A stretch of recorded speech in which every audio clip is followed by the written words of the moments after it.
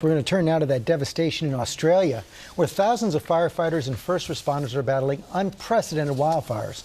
At least 24 dead, more than 12 million acres destroyed. Ginger is on the scene in Balmoral, Australia with the latest. Good morning, Ginger.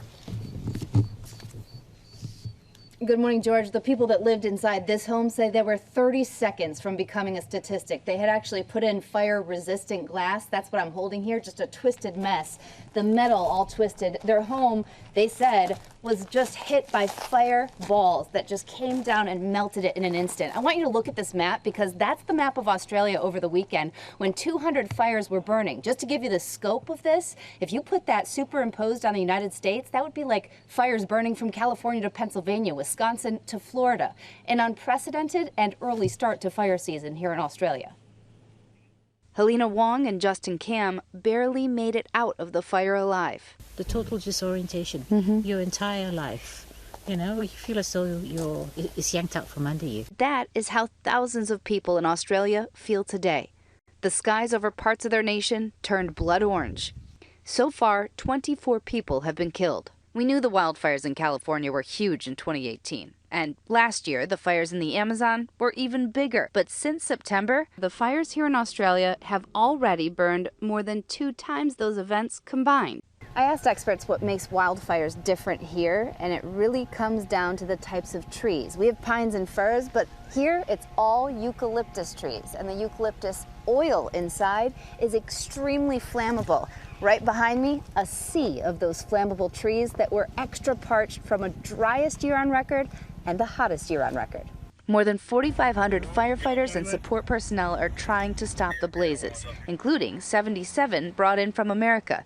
21 more arriving today. And they're going to go for a few more months at least. Even the skies over parts of New Zealand splattered with haze and that orange glow. But this morning, it's Australia's animals who are some of the hardest hit.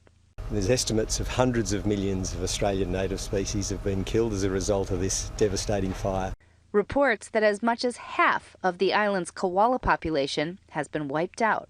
The Taronga Zoo in Sydney taking in koala evacuees. A dozen koalas in here rescued. That's right. And this is quarantine, This is a quarantine area, so we're obviously keeping these animals isolated from the rest of the zoo collection. So we are inside the quarantine where 12 koalas were rescued by Science for Wildlife. Now you have to look right over here. You can see that these females actually have joeys with them. So it was a population they'd been watching for some time.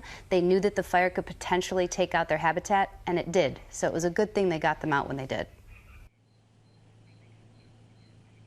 Now, climate change, arson, and land management are all issues that experts and locals are telling me came together to make this supercharged season. Speaking of the season, we should have just been getting into it. They've still got 2 peak months to go through February. And even though the weather was cooler, a little wetter, and certainly going to be cloudier the next 2 days, by Thursday, Friday, that heat and the extreme low humidities return. Guys. My goodness, the scale of that fire is just staggering. It is.